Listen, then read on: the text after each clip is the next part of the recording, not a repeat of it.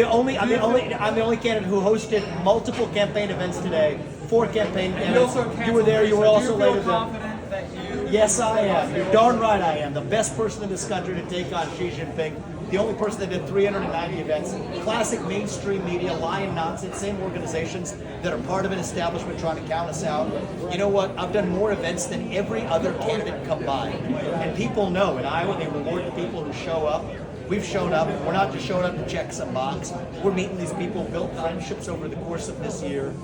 We're doing this in the way that I believe this process is supposed to work. The Iowa caucus works this way for a reason. I think many of you are actively interfering with the Iowa caucus. Shame on you for that. Trying to actually create artificial distortions.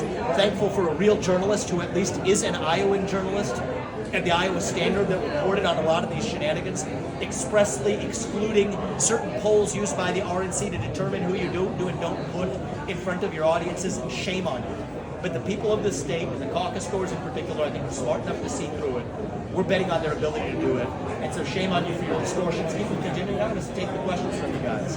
But I'm not going to stop calling you out on a lot of the hypocrisies that have tried to interfere in this Iowa caucus, and I think people are seeing it. So respectfully, some of these polls also allowed you to be on those debate stages earlier, or last year. Why speak out now, especially when lesser known candidates like Brian Binkley, Perry Johnson did not make the debate stage for citing similar reasons? Well, look, I think that things have changed ever since I started speaking outside the Overton window of what's acceptable in the Republican Party. I mean, the truth of what happened on January 6th, that was the third rail.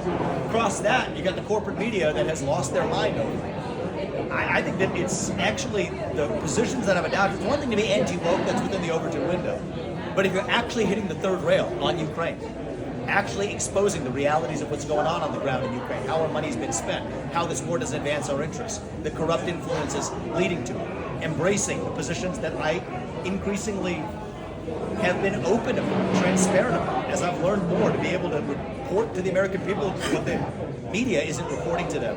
I think that falls outside of the Overton window as it increased, I think at a drastic scale, the manipulation. I think in the early phase of this race, a lot of the establishment saw this as a cute candidacy that makes things up a little bit, and well, let the guy go. But I now have stayed far deeper than anybody expected or wanted in this race, and I think the media has lost their minds with respect to a lot of those hard truths that I've been speaking. And so I do think that that's part of what's at work, and it's not just left-wing media.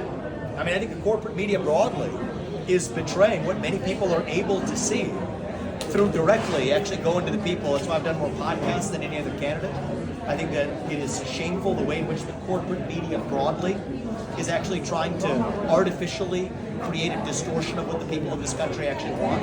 But thank God Iowa goes first, and I think we're in for a shock on Monday night. And let me push back on the question a little bit. I mean, nothing against Mr. Johnson or Mr. Blinkley. I'm sure they're fine people with a lot of impressive accomplishments, but they've never ever been in the same category as Mr. Ramaswamy, who, what year did you write? What year? 2021? I started writing in 2020, published in 21. Okay, so I mean, he was on the tip of the spear exposing the ESG cartel, which is one of the most important issues affecting not our nation, but the entire world, on who's manipulating public policy and finance in the United States. So I mean, he's been on the front line with major policy accomplishments and issues bringing forth, where to compare him to people like Perry Johnson, there's just no comparison from my perspective. Well, do you think that the race would have looked different if polling was not a